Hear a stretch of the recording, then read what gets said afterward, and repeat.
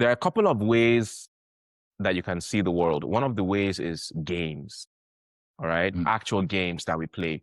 Anybody who reads my newsletters or is on my Facebook group and you read my posts, I've always likened life to a game of snakes and ladders, right? So it's not so popular as a game right now, but when we were kids, we used to play board games a lot because there were no video games. Only really privileged kids had video games. So remember our growing up years, we had to make do with whatever we could to keep ourselves stimulated. So we would go to the streets and play ball.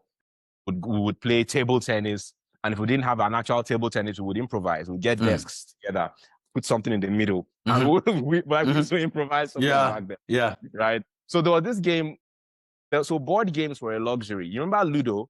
Yes. Right?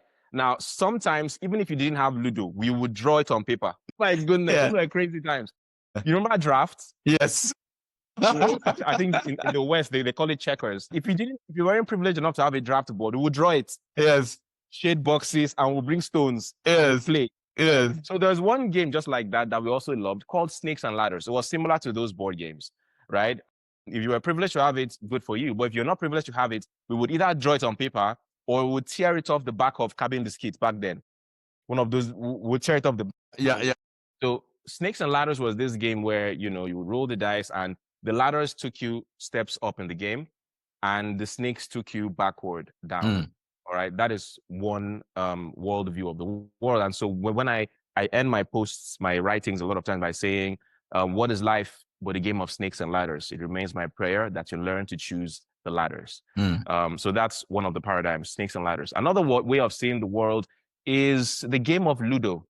Very interesting. And how does that work? Because when you look at the game of Ludo, how do you start out? It's by chance. And the way you start out life is by chance. You don't choose the family you're born into. You don't choose the circumstances of your birth. You don't choose.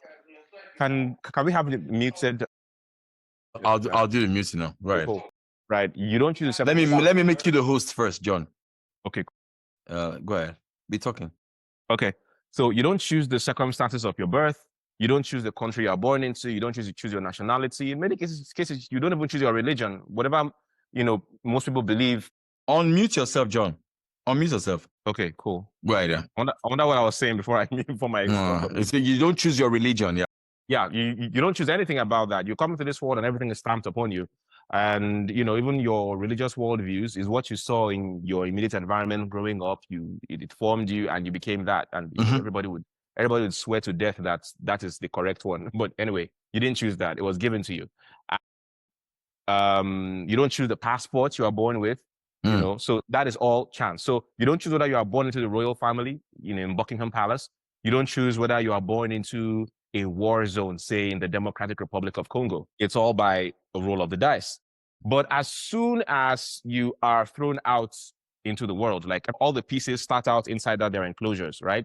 That is you before you gain consciousness. And then the first roll of the dice, once sometimes you keep on trying. Sometimes you wait a while before you get a 6.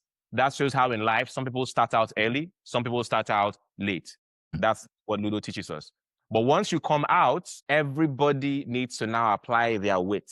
Have you played Ludo and somebody who is able to score 6s is not able to play his advantage of a 6 as smart as somebody who has just 1? Sometimes you play Ludo and you get like 2-1. It's small. It looks small. But they are able to calculate the most advantageous moves of just that 2-1 that's on the dice. All right? So that's one worldview, Ludo. It's all a game of chance. But once you are out there in the world, Ludo is about making the best of whatever you roll on the dice. All right? Perhaps the most important worldview regarding games that it's in my mind right now is the game of chess. And to be very honest, full disclosure, I don't know how to play chess. I'm ashamed to say it. It annoys me to even say it, but I understand the basic rules. And chess is so profound. There's a reason why chess has survived so many years and is seen as the game of great thinkers. Because chess is almost a mirror image of the way the world works. And so you have the queen, you have the king, you have the bishop, you have the knight, you have the pawn, you have the rook, and everyone chooses their role. If you enjoyed this clip, then you're going to enjoy the full episode by clicking on the link somewhere around here. I'll speak soon. My name is Paul Food. Have a great day. Let's go.